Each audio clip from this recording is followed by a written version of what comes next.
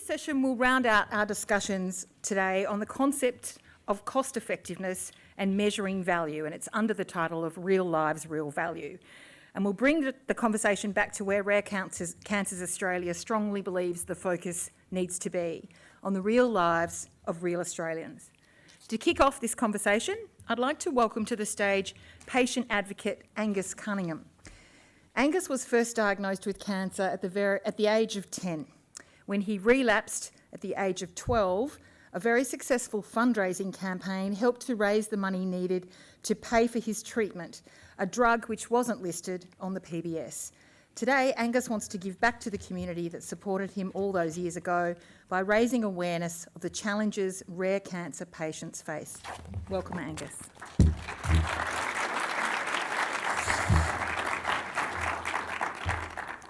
Hello everyone. My name is Angus Cunningham and I'm a 19-year-old university student. I'm currently studying a Bachelor of Business and a Bachelor of Creative Intelligence and Innovation. It sounds a lot more interesting than it is, so don't worry about that. I'm in front of everyone here today to talk about the devastating effects of cancer on everyone involved, the inaccessibility of life-saving treatments, and how as a whole cancer drastically changed my life. Before I start today, I just want to give a massive shout out to Rare Cancer Australia. Without them, I wouldn't be where I am today. So my story starts off quite different to most people's. As I was a young, fit kid who loved sports, mates, and irritating everyone around them 24/7 by non-stop talking. I can confirm these are all still true. Everything was fine, really, and I was barely ever sick. I can't really remember a time where I was sad or anything. However, in early 2013, my life was to change forever. It was one night where I was in my room with my amazing mum, Trish, who's hopefully watching, where I noticed the first signs of what was to be Hodgkin's lymphoma, stage 2A. The lumps on the right side of my neck were massive. Looking back in the moment, I was extremely proud of this. Don't ask me why. I think maybe the girls would have thought I was more attractive than I was back then. So I think that's probably why I was excited about it. But anyways, after many tests were done, it was confirmed that, yeah, it was a childhood cancer. So the diagnosis was a weird day. It was a weird day as I was so young and I don't remember too much. But all I can think about is how zoned out I was. I was also extremely interested and intrigued as a kid. But the first time in my life, I was quiet and I was just numb. Having parents who had experience in the health system, I knew a little bit about what cancer was. In saying this, I couldn't fathom how, as such a young kid, I could have it. Wasn't cancer only for old people? I always thought to myself. No offense to anyone. I constantly thought to myself. Although the cancer diagnosis was scary, we were ensured that the cancer was extremely treatable and the chance of a relapse or any complications were very slim. So from there, I started my treatment. In about 6 long months, I received a clear PET scan, meaning no cancer was visible and treatment was to be concluded. Overall, thanks to the overwhelming support from my family, my friends and my community, my first experience with cancer was as positive as it really can be in that situation. My best mates even shaved their heads with me, so I wasn't the only bald kid walking around school. I'll never forget the look on the teachers' faces when 10 bald kids rocked up to school. It was honestly priceless. Fast forward to February 2015, almost a year and a half since my initial clear PET scan, the lumps have returned. I had an awful feeling straight away that the cancer was back, as the lumps were almost identical to my original ones, except this time they were bigger and on both sides of my neck.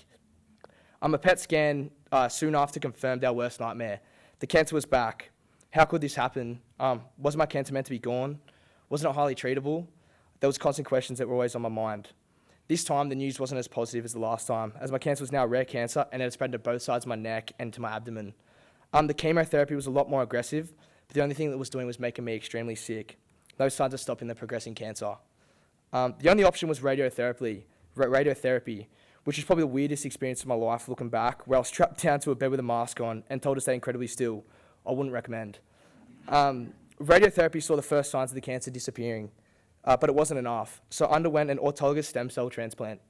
After the worst 31 days of my life, where I didn't leave the hospital room, we learned of a new drug trial with a drug called brentuximab, which was seeing success in a post-stem cell transplant situation to ensure that any residual cancer was to be killed off.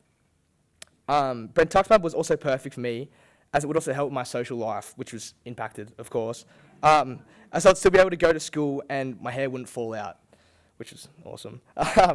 This is exactly what I needed to hear, as for over a year and a half, I was unable to see my mates or even go to school.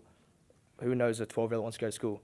However, there was one slight issue. The drug was $11,000 per treatment and I needed 16 doses, and private health would cover none of it. I just remember thinking to myself, you could buy yourself a lot of lollies with that kind of money, or even my dream car, an Audi R8. Looking back, it is good to know my priorities were set straight. This is where Rare Cancers came in to assist. Rare Cancers helped set up a crowdfund for us, and with some airtime on TV with The Kind Affair, we were able to raise over $260,000. I'll never be able to thank Rare Cancers enough for what they did for me and my family. My family and I, sorry. Looking back now, I can't believe that we had to crowdfund to save my life. Still to this day, it causes me massive anxiety and PTSD thinking about it. I don't even want to think about what would have happened if I didn't raise the money. Rare Cancers gave us hope when all hope was lost. Thanks to the help of the generous donations for people around Australia and maybe the world, we were able to purchase my treatment. And after 11 doses, a clear PET scan revealed that my cancer was completely gone. And to this day, over 6 years later, I've been completely cancer-free. Thank you. But it makes me think, what about all the families that can't raise that amount of money for cancer treatment? For us, there was no plan B. Maybe my parents would have remortgaged the house and gone into debt, or have to try treatment with more risks and side effects. I was so young, and I just assumed that when you get sick, people help you to get better, right? Well, it was really hard to understand that sometimes it doesn't just work like that. No one wants to get cancer. Like, it's no one's choice. Why should people like me have to crowdfund to purchase life-saving treatments? Without my treatment, I may have never got to experience my teenage years, the formals, graduating year 12, starting university, and all the things that people just take for granted. The fact that inequity involving cancer treatments is still seen in a country like Australia baffles me. To conclude, cancer is horrible, not just on the patient, but everyone involved. Having to see a brother, a sister, a grandparent, a friend, etc. go through treatment is scary enough. But imagine being in charge of paying for life-saving treatments because they aren't covered by the PBS. This is a very real reality that faces many Australians, including myself. To think that cancer treatment is viewed as a cost or a burden instead of an investment is dreadful. Certain treatments that could extend or even save someone's life are inaccessible due to the financial aspects of the treatments or because they aren't approved. This has got to change. Thank you, Rare Cancers, for setting up this amazing day and giving me this opportunity to speak. Thank you, everyone, for listening.